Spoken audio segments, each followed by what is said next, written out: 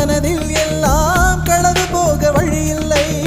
தனிமையில் கால்கள் எதை தேடி போகிறதோ, திரி தோண்டி போன விரல் தேடி அலைகிறதோ.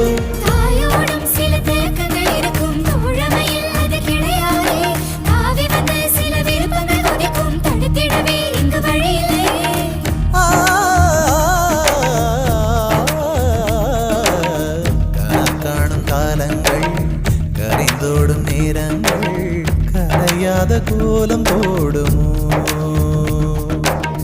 விழி போடும் கடிதங்கள்